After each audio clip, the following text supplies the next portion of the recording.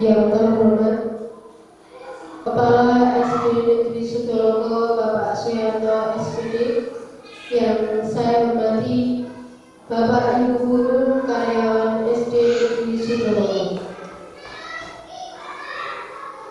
Bapak Ibu yang kami hormati, kami ucapkan selamat datang pada acara menyebarkan pemahaman dan penerapan pengalaman budaya positif yang akan disampaikan oleh calon guru penggerak, yaitu Bapak Hendrawan SPD. Bapak Ibu yang kami hormati, pertama-tama marilah kita senantiasa mengajarkan puji dan syukur kehadirat Allah Subhanahu wa Ta'ala, Tuhan yang Maha Esa, karena pada pagi siang hari ini kita masih diberikan kenikmatan berupa kesehatan, sehingga kita dapat mengikuti acara penyebaran pemahaman dan penerapan pengalaman budaya positif oleh calon guru penggerak tanpa ada suatu apapun.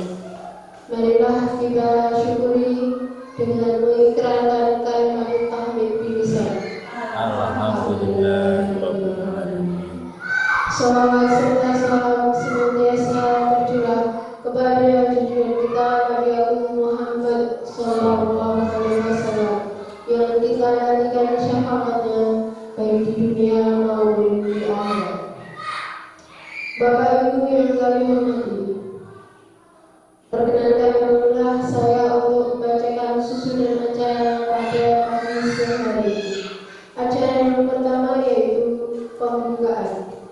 Marilah kita buka acara pada pagi hari ini dengan membaca Bismillah bersama-sama. Bismillahirrahmanirrahim. Acara yang kedua yaitu menyanyikan lagu Indonesia Raya. Hadirin dimohon berdiri. Indonesia Raya, Indonesia tanah airku, tanah tumpah darah.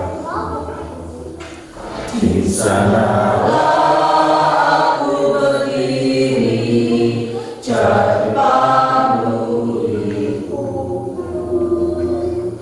Indonesia bangsaku, bangsa dan tanah airku.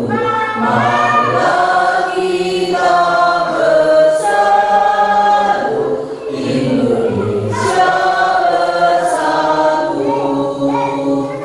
Hiduplah tanahku, hiduplah negeriku, bangsaku, rakyatku semuanya. Bangunlah jiwanya, bangunlah badannya, untuk Indonesia Raya. Indonesia merdeka, merdeka, tanahku, negeriku yang kucinta. Indonesia merdeka, merdeka, hiduplah Indonesia Raya. Indonesia merdeka, merdeka, tanahku, negeriku yang kucinta. Indonesia merdeka, merdeka, hiduplah Indonesia Raya. Acara yang ketiga yaitu sambutan dari Kepala SD Negeri Sudoloko kepada Bapak Suyanto SPD. Kami persilakan.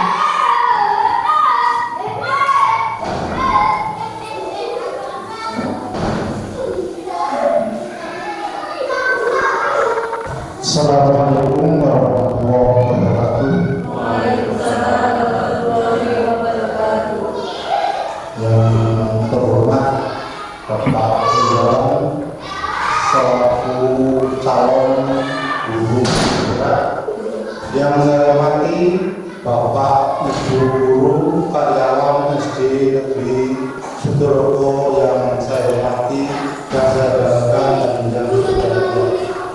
Pertama-tama adalah kita senantiasa mengucap syukur kehadirat Tuhan Yang Maha Esa, yang mana atas limpahan rahmat-Nya, karunia-Nya, sehingga pada pagi hari ini kita dapat dipertemukan dalam keadaan selamat, tiada kurang suatu apapun. Untuk itu marilah kita syukuri dengan bacaan hamdalah bersama-sama. Salawat serta salam senantiasa tersanjung kepada Nabi kita Muhammad SAW yang senantiasa kita nanti-nantikan syafaatnya dari dunia sampai akhir nanti. Bapak Ibu semuanya, bahwa pada hari ini kita berkumpul di ruangan ini dalam rangka memenuhi suatu syarat untuk calon guru gerak harus mengadakan berbagai macam kegiatan yang sudah dimulai pada bulan kemarin, yaitu sudah ada 2 pertemuan dan hari ini sudah ketiga pertemuan yang mana akan melalui calon penggerak akan memanfaatkan suatu masalah, yaitu menyebarkan pemahaman dan penerapan pengalaman budaya positif. Nanti Bapak Ibu semuanya bisa mengamalkan apa yang diterapkan atau apa yang dipaparkan oleh calon penggerak, dan saya harapkan nanti apa yang disampaikan diikuti dengan sungguh-sungguh. Apabila ada suatu pertanyaan yang sifatnya membangun, jadi begitu untuk saran akan pemaparan calon guru penggerak, silakan nanti ditanggapi, jangan pasif. Jadi Bapak Ibu harus aktif. Bagaimana caranya suasana itu bisa benar-benar hidup, dan semoga pandangan untuk mengerjakan tugas-tugas daripada calon guru gerak selalu memberi kekuatan, keselamatan, kemudahan, sehingga nanti bisa tepat waktu selesai dan bisa diterapkan. Kemudian pesan yang kedua, bahwa calon guru gerak setelah menjadi guru gerak banyak beban yang ditanggung. Bebannya apa? Beban yang pertama beban mental. Beban mental apa? Sudah mempunyai sertifikat guru gerak, harus bisa menggerakkan teman-temannya, memberi contoh, memberi saran supaya teman-teman yang belum ikut jadi guru gerak bisa tertularkan pengalaman yang ada di dalam guru gerak, dan untuk meningkatkan pelayanan kita terhadap peserta didik, itu masalah guru gerak. Kemudian budaya positif, bahwa kemarin Bapak Ibu sudah dijelaskan masalah kedisiplinan dan lain sebagainya, itu silakan untuk diikuti, karena saya juga tidak mengikuti. Mengapa alasan saya tidak mengikuti? Alasan saya kurang 8 hari saya percuma kalau saya mengikuti. Dan tapi saya tetap mendorong kepada Bapak Ibu untuk melaksanakan saja. Saya tidak akan mengulas panjang lebar apa yang disampaikan di KPRI. Demikian sambutan saya, tentu saja banyak kesalahan, tutur kata yang kurang berkenan di hati Bapak Ibu semuanya, dan khususnya kepada Pak Hendrawan sebagai penyelenggara guru gerak, kami mengucapkan terima kasih atas apa yang sudah disediakan pada hari ini. Semoga dapat bermanfaat dan dapat mendapat imbalan yang banyak. Terima kasih. Kita akhiri bila kita. Assalamualaikum warahmatullahi wabarakatuh. Waalaikumsalam warahmatullahi wabarakatuh. Kami ucapkan terima kasih kepada Bapak Suyoto SPD atas sambutannya. Bapak Ibu yang kami hormati, acara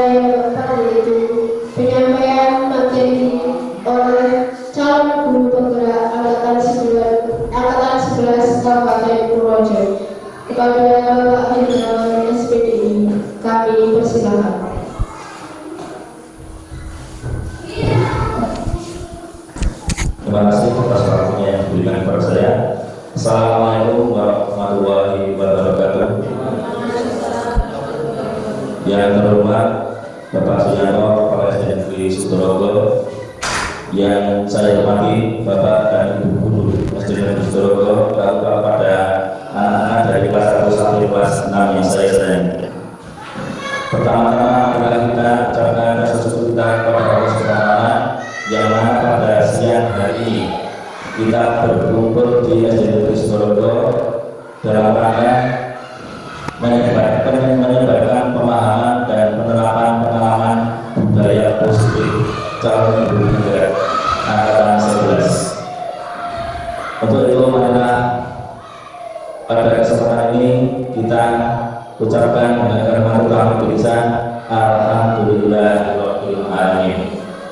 Sholawat dan salam semoga tetap tercurahkan pada junjungan kita Nabi Muhammad SAW yang kita nanti-nantikan syafaatnya di dunia dan akhirat. Amin amin ya rabbal alamin. Bapak kepala sekolah dan Bapak Ibu guru yang saya hormati, pada kesempatan hari ini saya akan menyampaikan modul 1.4 yaitu tentang menyebarkan pemahaman dan penerapan pengalaman budaya positif. Bapak Ibu guru, sebelumnya kepada anak-anak yang pertama kali yang kita lakukan adalah apa? Yang pertama kali adalah tersenyum. Nah, awal dari menjabut, anak-anak akan menjadi tegang. Untuk itu, awal pula kita adalah tersenyum terhadap teman kita, terhadap anak didik kita, dan terhadap warga masyarakat sekitar. Nah, untuk itu saya mohon keikhlasan Bapak dan Ibu guru untuk berdiri sebentar. Monggo. Didiknya, giginya kelihatan selama 30 detik. Monggo Bu Siti sama Bu Ati silakan.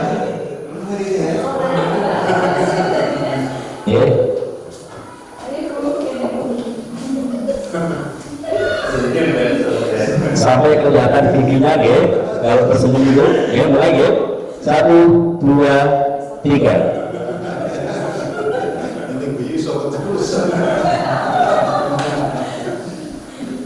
Nah, dengan tersenyum semoga anak-anak kita menjadi senang ketika belajar di dalam kelas. Terima kasih Bapak Ibu guru yang sudah melaksanakan budaya senyum. Kemudian setelah senyum adalah sapa.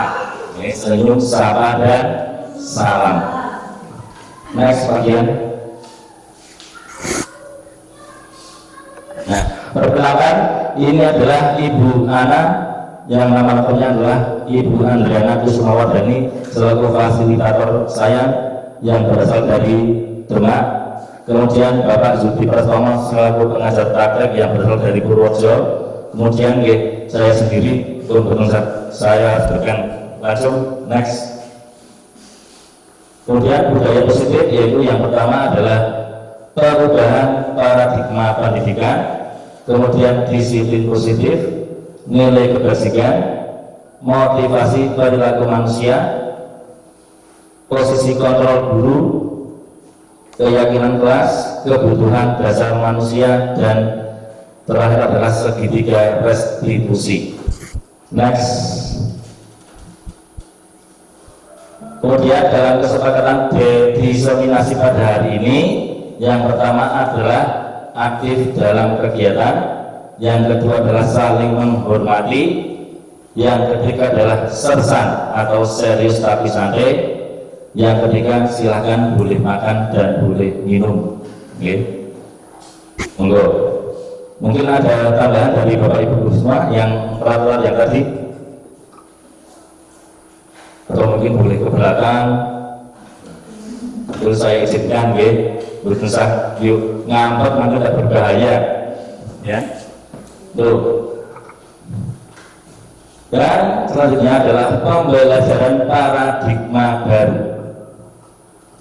Pembelajaran dengan paradigma baru merupakan pembelajaran yang dirancang berdasarkan prinsip pembelajaran berdiferensiasi sehingga peserta didik dapat belajar sesuai dengan kebutuhannya berdasarkan tahap perkembangan sesuai dengan teori psikologi modern guna mewujudkan profil pelajar Pancasila.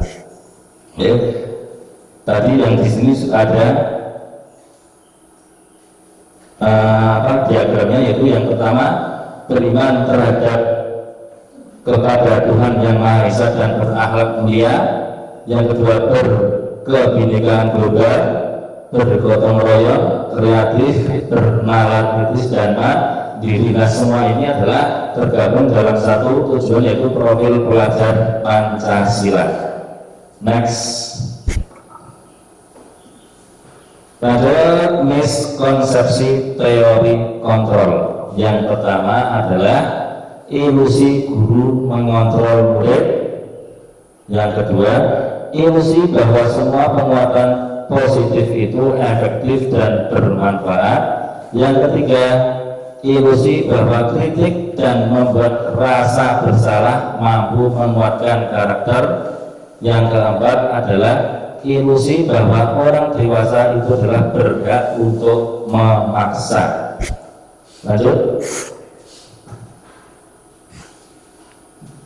Miskonsepsi. Penerapan budaya positif berarti tidak ada aturan atau konsekuensi. Penjelasannya adalah dalam hidup bermasyarakat selalu ada tatanan atau aturan dengan konsekuensi dari setiap tindakan yang dilakukan oleh anggota masyarakat. Dalam penerapan budaya positif, guru melatih kesadaran murid melalui pemahaman bahwa tatanan dan konsekuensi hadir untuk memberikan keselamatan dan kebahagiaan kepada diri sebagai manusia dan anggota masyarakat. Sehingga tatanan tersebut dipatuhi bukan karena takut konsekuensi, tetapi karena kesadaran diri ingin mewujudkan nilai-nilai berharga. Lanjut. Miskonsepsi selanjutnya adalah dengan membuat keyakinan kelas dan diterapkan di depan kelas maka sudah cukup, tidak perlu ada tindak lanjut, tidak ada konsekuensi dan tidak ada refleksi. Penjelasannya, kesadaran hadir dalam diri internal, sementara hukuman, penghargaan atau memberi hadiah dalam bentuk barang atau status, konsekuensi maupun apresiasi semuanya hadir dari luar diri yang diberikan oleh murid. Ampun ngantuk Pak Dian. Yang tadi belum selesai yang tadi.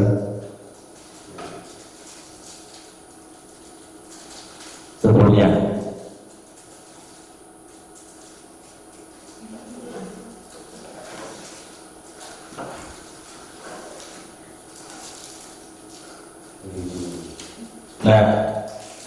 Nah ini untuk menghadirkan kesadaran ini dibutuhkan konsistensi dari seluruh komunitas sekolah dan sistem pendukung untuk melakukan tindak lanjut, memastikan konsekuensi dijalankan dengan bertanggung jawab dan diskusi atau refleksi setiap saat. Langkah-langkah dalam menghadirkan kesadaran ini merupakan salah satu contoh melatih murid dan guru dalam berpikir lambat menggunakan bagian otak luhurnya. Nah, pertanyaannya,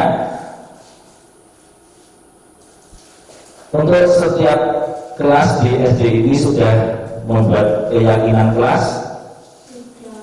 Sudah, ya, terima kasih Bapak Ibu sudah membuat keyakinan kelas. Lanjut Pak Dian. Mengubah paradigma stimulus respon ke pendekatan teori kontrol.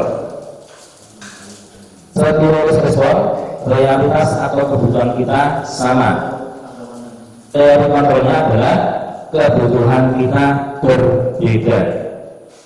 Yang kedua, semua orang melihat hal yang sama. Kontrolnya adalah setiap orang memiliki gambaran berbeda. Yang ketiga, kita mencoba mengubah orang agar berpandangan sama dengan kita. Teori kontrolnya adalah kita berusaha memahami pandangan orang lain tentang dunia. Yang keempat, perilaku buruk dilihat sebagai suatu kesalahan. Teori kontrolnya adalah semua perilaku memiliki tujuan. Orang lain bisa mengontrol saya. Teori kontrolnya adalah hanya Anda yang mengontrol diri Anda. Saya bisa mengontrol orang lain, Anda tidak bisa mengontrol orang lain. Pemaksaan ada pada saat rujukan gagal. Teori kontrolnya adalah kolaborasi dan konsensus menciptakan pilihan-pilihan baru. Terakhir, model berpikir menang atau kalah. Teori kontrolnya adalah model berpikir menang dan menang. Ya. Jadi stimulus respon itu adalah, menurut pemahaman saya, adalah tentang diri kita, bukan diri orang lain. Sementara teori kontrolnya adalah tentang diri orang lain, karena kita tidak bisa memaksakan kehendak orang lain. Lanjut. Nah, saatnya ice breaking lagi. Mohon Bapak Ibu untuk berdiri. Kita akan mengasah otak kanan dan otak kiri kita. Yuk. 2, 3, 4, 5, 6, 7, 8, 9, 10. Cukup. Bisa? Bisa. Nah, itu adalah untuk mengukur otak kanan dan otak kiri. Nah, pertama kali pancen produk angel. Oke, stop. Gambar apa itu? Sapu tangan merah. Sudah betul apa salah?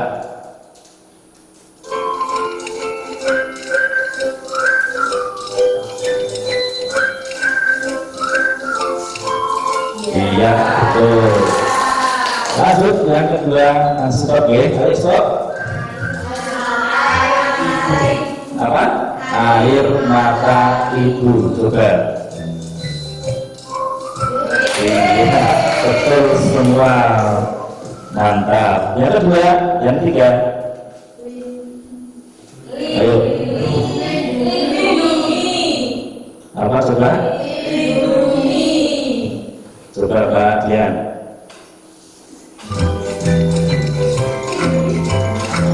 Lindungi, betul apa tidak? Iya. Lanjut. Nah ini semut, jam, dan K. Coba.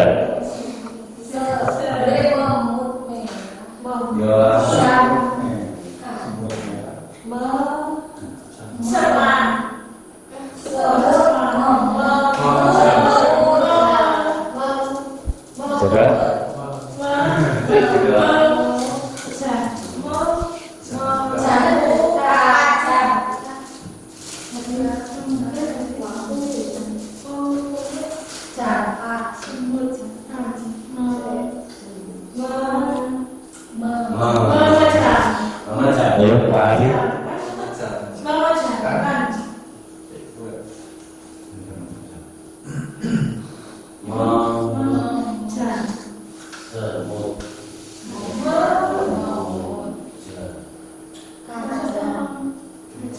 Apa?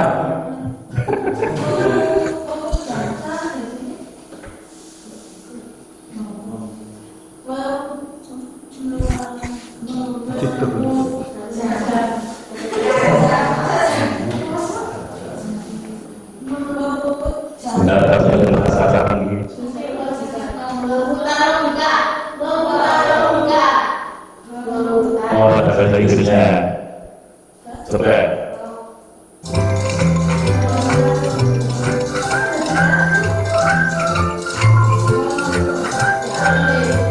Ya,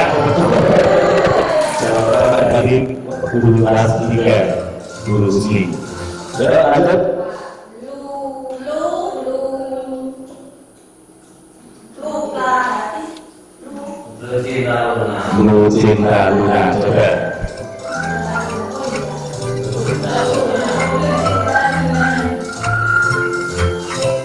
Iya, betul.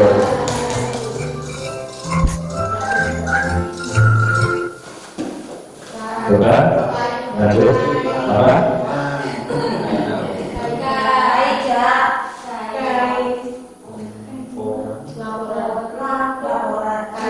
Kaidah laporan. Sudah selesai.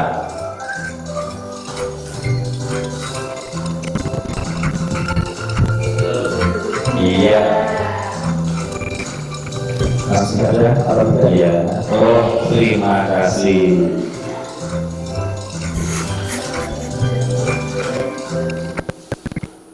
Next.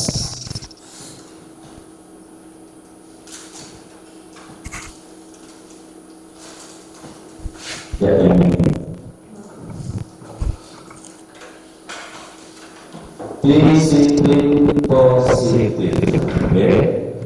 Ya, sekarang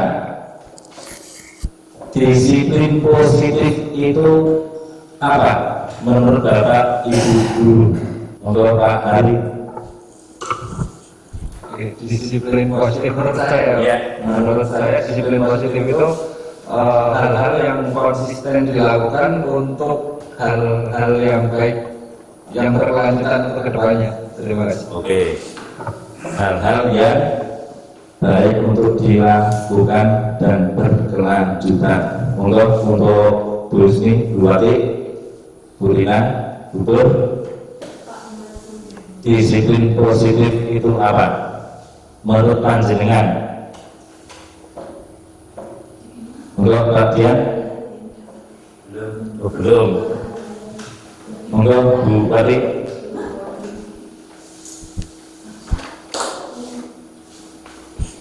Disiplin positif menurut saya yaitu suatu hal-hal yang baik yang membawa kita ke depannya dan merupakan sesuatu yang harus kita lakukan. Oke, ya. Ini jawaban Bapak dan Ibu itu tidak ada yang salah. Jawabannya betul semua. Jadi menurut Bapak dan Ibu guru itu adalah jawabannya itu bermacam-macam. Untuk nilai-nilai kebajikan ada 3. Yang pertama profil pelajar Pancasila, yaitu yang pertama beriman, bertakwa kepada Tuhan Yang Maha Esa dan berakhlak mulia. Yang kedua adalah mandiri, yang ketiga bergotong royong, 3 berkebinekaan global, 5 bernalar kritis, dan 6 adalah kreatif seperti seperti visi saya kemarin itu adalah mewujudkan anak yang religius, mandiri, serta kreatif dan bernalar kritis, dan menjadi slogan SD kita yaitu cerdas, terampil, dan kreatif. Oke, itu slogan SD kita. Yang kedua, Ibu Primary program masuk bahasa Inggris dulu, yaitu toleransi, rasa hormat, integritas, mandiri, menghargai, antusias, empati, keingintahuan, kreativitas, kerjasama, percaya diri, dan komitmen. Keterampilan hidup dapat dipercaya, lurus hati, pendengar yang aktif, tidak merendahkan orang lain, dan tidak memberikan yang terbaik dari diri. Okay? Jadi kita sebagai manusia itu adalah keterampilan hidupnya adalah tidak boleh merendahkan orang lain, tanpa tidak menjatuhkan orang lain, walaupun diri kita lebih baik, tapi kita tidak boleh menjatuhkan diri orang lain dan dapat dipercaya. Next. kebutuhan dasar manusia. Ya, jadi manusia itu mempunyai kebutuhan dasar.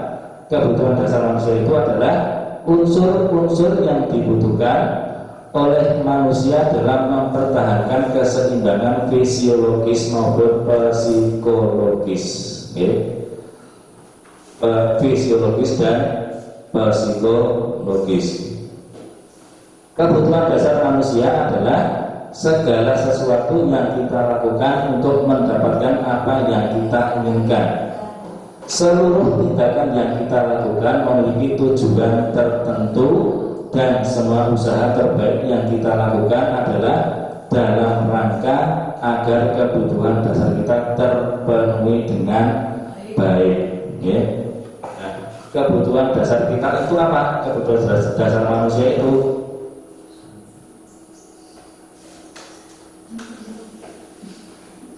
ada yang tahu? Kebutuhan dasar manusia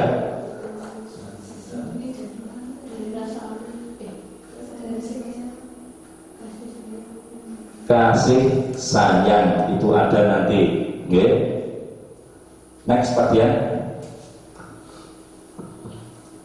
Nah, ini adalah 5 kebutuhan dasar manusia. Yang pertama itu pasti bertahan hidup. Bertahan hidup itu hubungannya apa? Makanan, pakaian, tempat tinggal, keamanan, dan kesehatan. Itu sudah pasti. Yang kedua, kasih sayang dan rasa diterima. Rasa diterima, dipedulikan, berbagi, kerjasama, menjadi bagian dari kelompok. Nah, kita sendiri sebagai manusia, sebagai makhluk sosial, tentu kita harus mempedulikan orang lain, dan harus berbagi. Di masyarakat pun atau di sekolah atau di mana saja, kita juga harus bekerja sama agar kita juga dimanusiakan oleh manusia yang lain. Penguasaan, harga diri, keinginan untuk dianggap, memimpin, berprestasi, diakui dan didengar. Nah, itu didengar itu memang kalau kita mengajar itu pasti ada anak yang tidak mendengarkan. Saya sendiri mengalami setiap harinya pasti ada anak yang kurang ada itu adalah memang kita harus bisa menguasai keadaan kelas. Nah, untuk itu saya masih belajar bagaimana caranya agar anak itu memperhatikan. Yang keempat, kebebasan, yaitu mandiri, memiliki pilihan, mencoba hal baru, mampu mengendalikan diri. Itu kebebasan. Jadi kebebasan itu bentuk kebebasan bebas, tapi ada kontrol diri kita. Kesenangan yaitu bermain, humor, antusiasme, dan tertawa. Itu suatu kesenangan. Jadi tertawa itu juga ada batasnya, bentuk di mana-mana tertawa itu malah berbahaya. Lanjut. Motivasi perilaku manusia yaitu untuk menghindari rasa ketidaknyamanan atau hukuman. 2. Untuk mendapatkan imbalan atau penghargaan dari orang lain. 3. Untuk menjadi orang yang mereka inginkan dan menghargai diri sendiri dengan nilai-nilai yang mereka percayai. Jadi motivasi anak didik itu untuk menghindari rasa ketidaknyamanan atau hukuman itu pasti ada. Itu mayoritas. Yang 3, untuk mendapatkan imbalan atau penghargaan dari orang lain. Bapak pasti mengalami anak didik seperti itu. Nah, untuk anak didik, penghargaannya itu apa? Penghargaannya adalah apa? Pujian. Itu adalah imbalan untuk anak. Dunake anak, kamu sudah hebat sekali, itu sudah bahagia sekali, ya. Apalagi saya sudah menjadi misalnya hebat, nah saya juga senang. Bagi anak-anak. Lanjut. Merdeka menurut Ki Hajar Dewantara. Merdeka artinya tidak hanya terlepas dari perintah, akan tetapi juga cakap buat memerintah diri sendiri. Nah, bagaimana cara kita memerintah diri sendiri? Bagaimana? Dengan, menurut saya itu dengan memaksakan diri kita sendiri. Sing mau males-malesan lebih besar ya gendem, ya. Bukan gedeman tapi gendem, ya. Lanjut.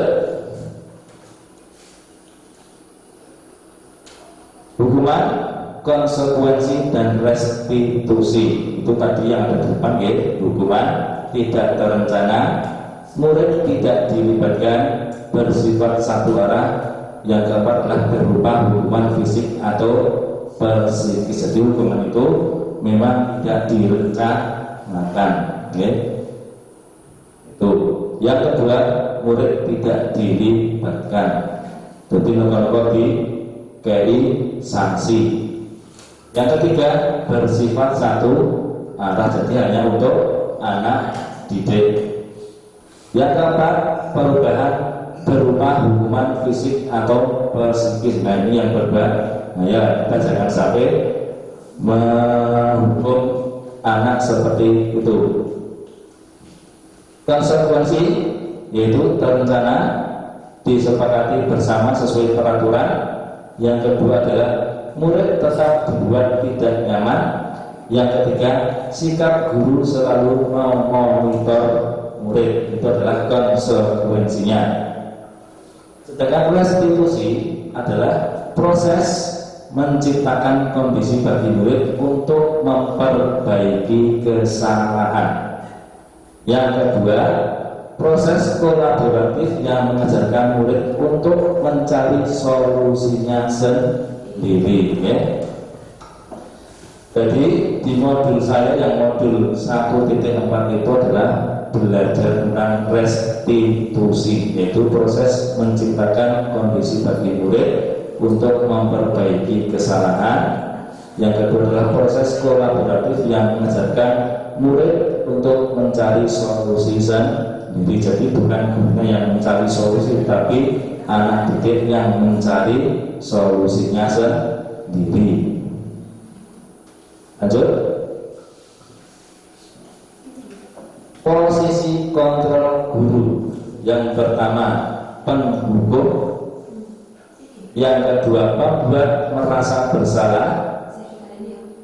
3, teman. 4, pemantau. 5, manajer. Nah, sekarang ada pertanyaan dari saya.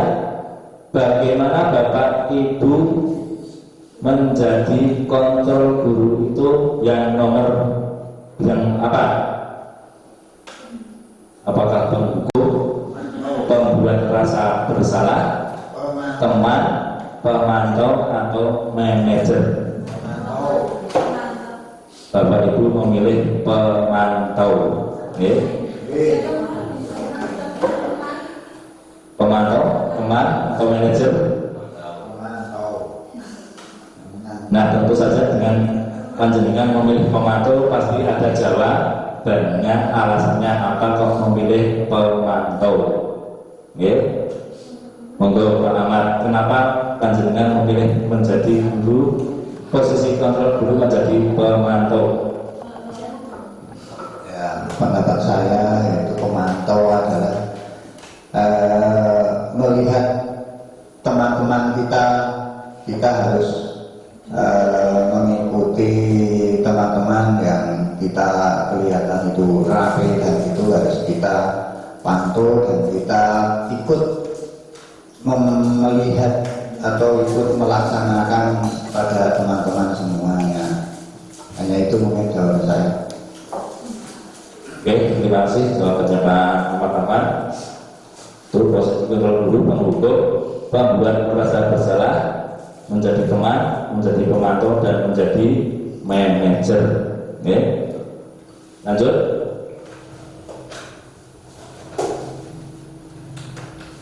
Kasus siswa tidak memakai atribut saat upacara, misalnya menjadi penghukum.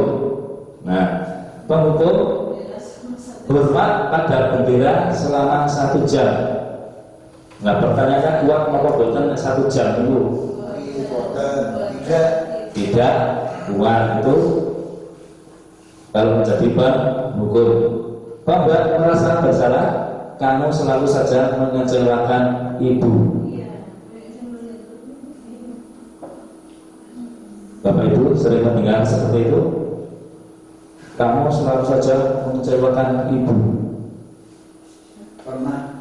Pernah. Lanjut. Kasus siswa tidak memakai atribut lengkap sama ya.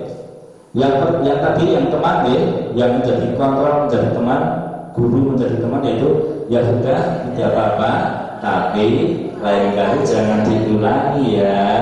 Itu adalah sebagai merasa oh saya punya teman baru. Jadi Pak itu tidak marah, Pak Ibu guru juga tidak marah, tapi ngeleke ya sudah tidak apa-apa, tapi lain kali jangan diulangi lagi ya. Itu karena sudah menjadi peraturan di saat upacara bendera setiap hari Senin dan peringatan hari besar. Menjadi pemantau, kamu sudah melanggar aturan sekolah, kamu tahu kan konsekuensinya. Setelah ini kamu beli atribut di koperasi dan jangan diulangi lagi. Itu menjadi pemantau untuk CCTV. Lanjut. Nah, menjadi manajer. Apakah kamu tahu kesalahanmu? Kira-kira apa yang bisa kamu lakukan untuk memperbaiki kesalahanmu? Apabila ada anak yang tidak memakai topi di saat upacara, apa yang Bapak Ibu lakukan? Ditegur. Nah, misalnya kita menjadi manajer ya, apa ditanya dulu apa yang kamu tahu kesalahanmu. Nah, anak itu pasti menjawabnya, kula mboten topi Pak Guru, Bu Guru. Tadi topinya lupa. Nah, itu adalah suatu pertanyaan. Nah, kemudian kita bertanya lagi, kira-kira apa ya yang bisa kamu lakukan untuk memperbaiki kesalahanmu? Nah, itu Bapak dan Ibu guru itu bertanya kepada anak didiknya. Pasti anak didiknya juga menjawab dengan jujur. Oke? Jawabnya apa? Bubur. Kira-kira apa ya yang bisa kamu lakukan untuk memperbaiki kesalahanmu? Misalnya pertanyaannya seperti itu. Nanti anak didik kita akan menjawab.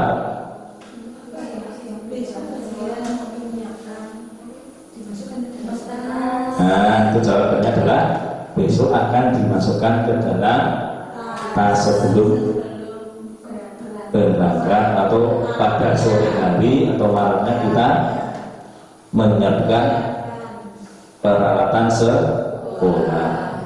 Oke, lanjut. Menggunakan posisi kontrol, apakah saya kecewa sekali dengan kamu. Teman, manajer, penghukum,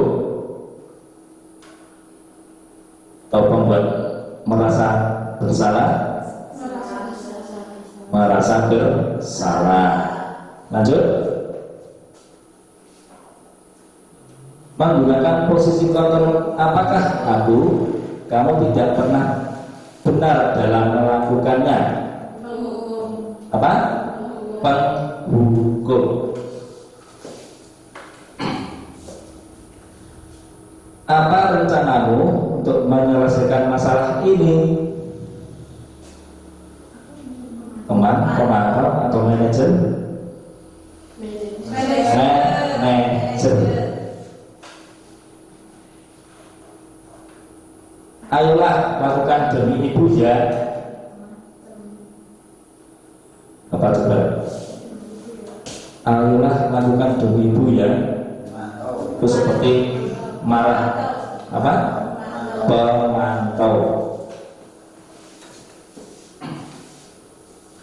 Kamu tidak akan mendapatkan nilai jika tidak mengerjakan tugas. Penghukum. Nah, selanjutnya adalah keyakinan kelas. Mengaku itu juga akan downloadan yang bercetok tulisannya. Boleh bro. Keyakinan kelas yang pertama, masuk kelas tepat waktu. Yang kedua, mengerjakan tugas rumah atau PR. Yang ketiga, masuk dan keluar kelas sesuai aturan jam. 3, berbicara sopan dan santun. Lanjut, menggunakan seragam yang rapi, menggunakan tidak kelihatan, menggunakan dan merawat fasilitas, menggunakan dan merawat fasilitas perawatan dengan baik, perawatan dengan baik. Lanjutnya, membayar uang kas tepat waktu,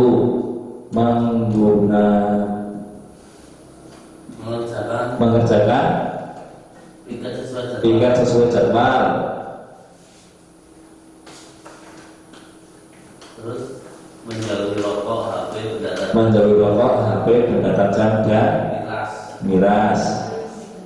Membuang sampah pada tempatnya, menjaga kebersihan kelas, selalu memakai seragam dengan identitas sekolah, berperilaku sopan dengan warga sekolah, mencatat pelajaran guru sesuai jam pelajaran, mengikuti doa bersama-sama, duduk di kursi masing-masing dengan rapi, menghargai orang lain dan yang sedang berbicara atau berpendapat, bermain di dalam kelas, di lapangan atau di kelas-kelas saat jam istirahat. Itu adalah contoh dari keyakinan kelas yang sudah Bapak Ibu buat, ya. Lanjut. Keyakinan kelas, pertanyaannya, mengapa kok bukan peraturan kelas? Ya. Jadi di modul 1.4 itu diubah bukan peraturan kelas tapi adalah keyakinan kelas. Lanjut. Pembentukan keyakinan kelas yang pertama adalah bersifat abstrak, berupa pernyataan universal, dibuat dalam pernyataan positif, sedikit saja agar mudah diingat, sesuai dengan kondisi kelas dan sekolah sehingga mudah diterapkan. Semua warga sekolah atau warga kelas dilibatkan saat keyakinan kelas. Jadi kalau dulu adalah peraturannya adalah tidak boleh terlambat, ya. Tapi kalau sekarang adalah dirubah bahasanya itu datang tepat waktu. Okay. Buanglah sampah pada tempatnya. Sekarang bahasanya berubah, jagalah kebersihan. Seperti itu, okay. Kalau keyakinan kelas. Lanjut. Mari mencoba membuat. Lanjut. Segitiga restitusi, suatu proses dialog yang dijalankan guru atau orang tua agar dapat menghasilkan anak atau murid yang mandiri dan bertanggung jawab. Nah, sekarang itu kita diupayakan untuk mendidik anak itu agar anak itu menjadi mandiri dan bertanggung jawab. Nah, itu adalah contoh validasi tindakan yang salah. Yang pertama, kamu pasti punya alasan mengapa melakukan hal itu. Yang kedua, kamu patut bangga karena telah berusaha melindungi sesuatu yang penting buatmu. Yang ketiga, kamu melakukannya karena mempertahankan sesuatu yang penting bagimu.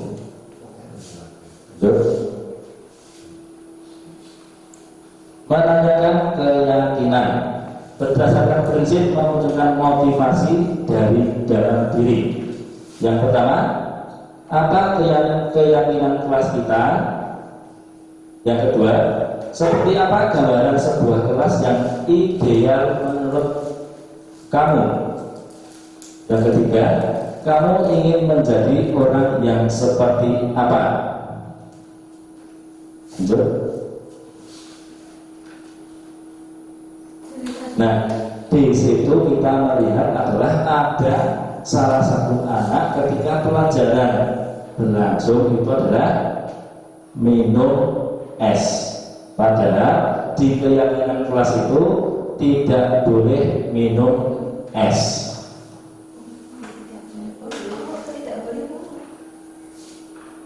Lanjut.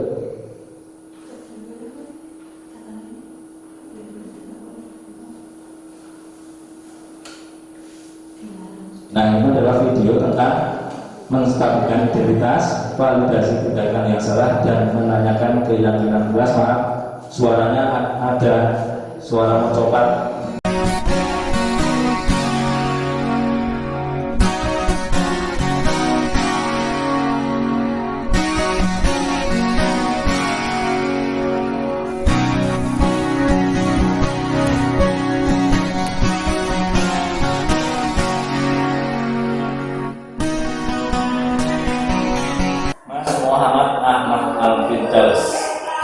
Ya, kenapa kamu dipanggil kamu sama Mbak Den? Tidak. Kamu lagi sini ya. Tadi waktu pelajaran kamu memperhatikan kamu minum es di dalam kelas. Kenapa? Nah, sebenarnya itu apakah dari rumah belum sempat minum? Belum sempat minum. Nah, pertanyaan apa dulu? Tadi malam tidurnya sampai jam berapa? Jam 12. Waduh. Nah, kamu kan tahu paginya harus sekolah kan? Oke.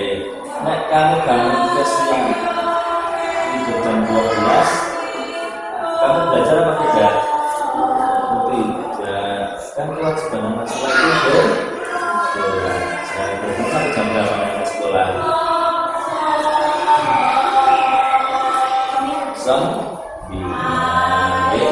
Nah, karena kamu minum es di dalam ruang waktu pelajaran, kamu kan artinya ada keyakinan kelas yang sudah dibuat bersama teman-teman. Mari, apa keyakinannya? Tidak boleh makan dan minum di dalam kelas. Itu artinya melanggar aturan. Untuk itu, Pak Guru punya solusi agar kamu tidak harus di dalam kelas, tidak minum di dalam kelas. Solusinya apa? Solusinya adalah dari rumah sebelum berangkat adalah minum dulu dan tanpa tapi supaya di dalam kelas itu tidak harus dan tidak minum. Nah, sekarang Pak Guru mau tanya, apakah besok akan melakukan lagi? Tidak, yes. Jadi kalau tidak melakukannya lagi, mulai kapan? Besok kamu harus pagi. Nah, jadi mulai besok pagi kamu tidak boleh makan dan minum di dalam kelas. Tak boleh tidak akan marah ya, tapi hanya memberikan arahan supaya kamu menjadi anak yang baik, teman-temannya tidak terganggu. Ketika waktu kelas jangan banyak minum makan ya. Oke, terima kasih ya, kamu sudah berjanji untuk tidak minum dan tidak makan di dalam kelas waktu kelas. Terima kasih ya, silakan sekarang boleh masuk ke kelas dulu, di kelas jangan ya. Terima kasih ya. Terima kasih.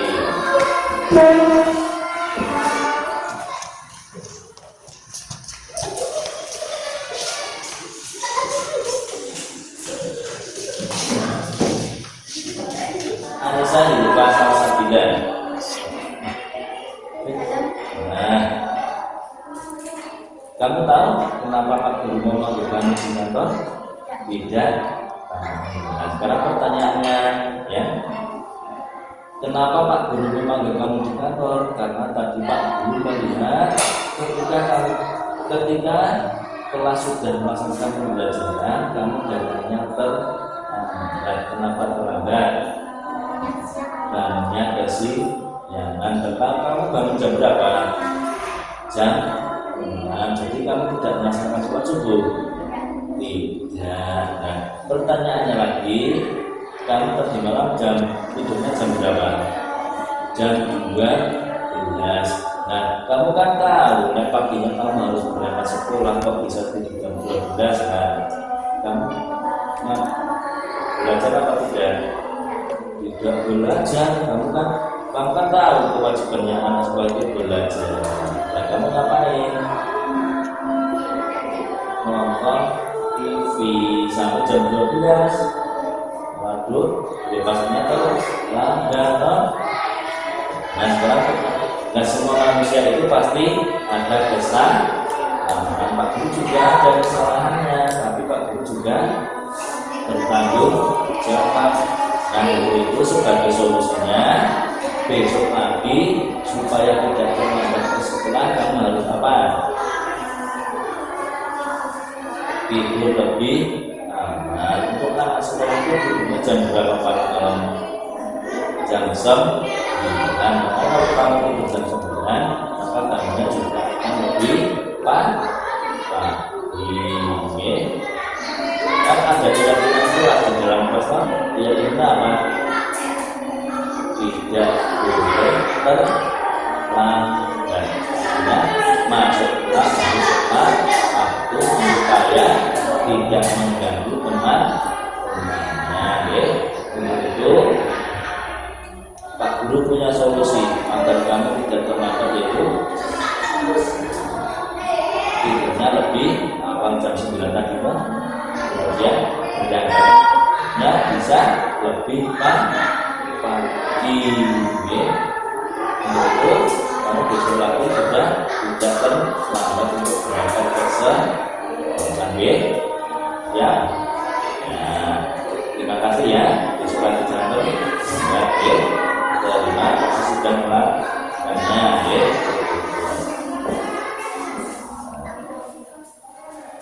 Saya Muhammad Ahnaf Al-Firdaus. Saya berterima kasih Pak Hen sudah membantu saya memecahkan masalah dan mencari solusi. Saya Anissa Nurfasa Sabila mengucapkan terima kasih Pak Hen sudah membantu saya memecahkan masalah dan mencari solusi.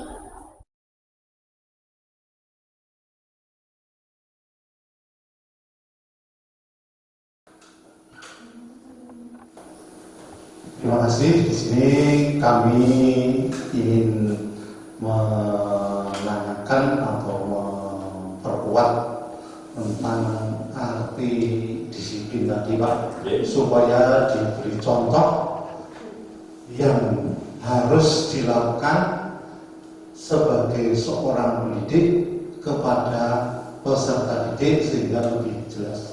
Sekian, terima kasih.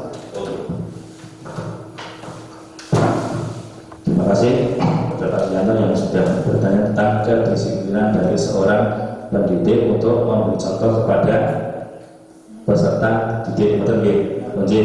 Nah, menurut saya sebagai seorang pendidik itu adalah bagaimana cara kita memberi contoh itu adalah dengan kita berangkat pagi sebelum jam masuk pelajaran atau sebelum anak didik itu sampai sekolah, kita sudah sampai di sekolah lebih dahulu. Yang kedua adalah cara berpakaian kita juga harus memberi contoh yang baik terhadap anak didik. Kemudian, nah untuk cara berpakaiannya kita usahakan untuk berpakaian yang rapi.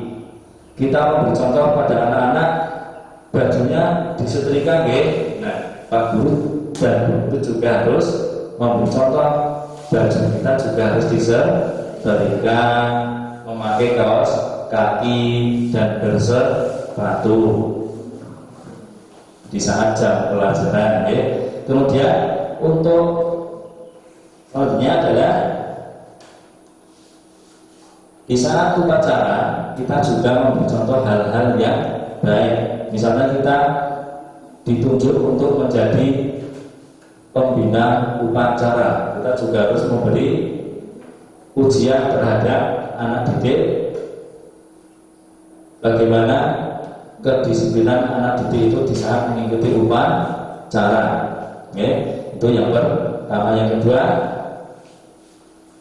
kita juga harus memberikan apresiasi terhadap anak didik dari kelas 1 sampai kelas 6, baik itu pesertanya ataupun petugasnya. Kita harus adu jempol supaya anak itu menjadi bangga, menjadi wakil dari kelasnya untuk menjadi petugas upacara. Itu mungkin yang bisa saya sampaikan. Mungkin ada tambahan dari Pak Julianto. Cukup monggo dari Bapak dan Ibu. Ya, monggo Bu Nur.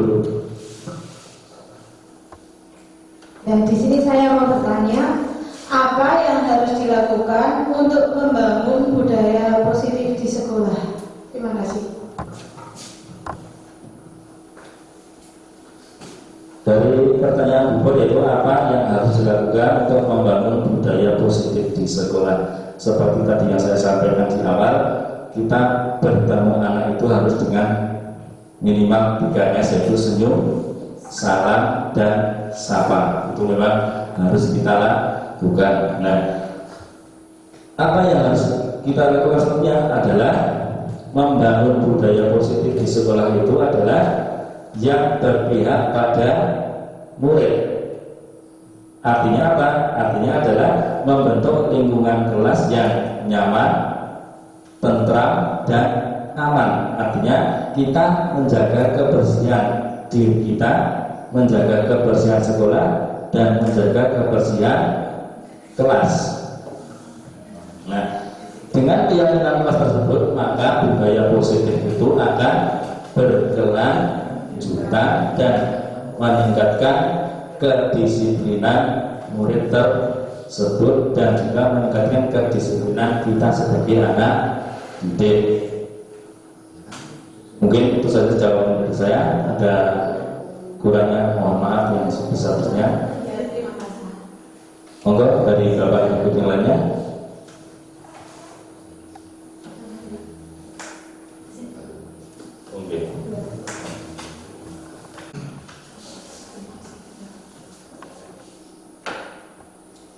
Saya hanya mau menanyakan contoh dari disiplin positif yang ada di lingkungan sekolah utamanya, itu saja.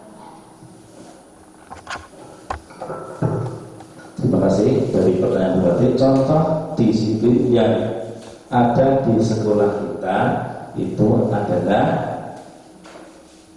kita sebagai pendidik harus memberikan contoh disiplin diri kita atau memberikan contoh pada diri sendiri.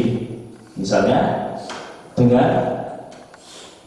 karena kita sudah harus masuk pagi, maka kita juga harus berangkat lebih awal. Kalau misalnya terlambat tidak apa-apa, ya. Yang kedua yaitu menjaga kebersihan lingkungan sekolah. Ya. Kita memberi contoh menyapu halaman misalnya, maka kita juga harus memerintah kepada anak didik untuk menyapu halaman. Bukan memerintah kok, tapi ya kita memberi contohnya, ya. Untuk memberi contoh menyapu teras rumah atau teras sekolah atau di dalam kelas. Itu saja mungkin yang bisa saya sampaikan. Terima kasih. Untuk selanjutnya, nah terima kasih. Itu adalah paparan dari saya selaku calon guru penggerak Kabupaten Purworejo angkatan 11. Ada kekurangannya saya mohon maaf yang sebesar-besarnya. Dari saya cukup terima kasih. Salam guru penggerak, bergerak dan menggerakkan. Terima kasih atas waktunya Bapak Ibu yang sudah menyempatkan waktunya untuk dalam rangka hari ini. Saya mohon maaf yang sebesar-besarnya. Saya akhiri. Wassalamualaikum warahmatullahi wabarakatuh.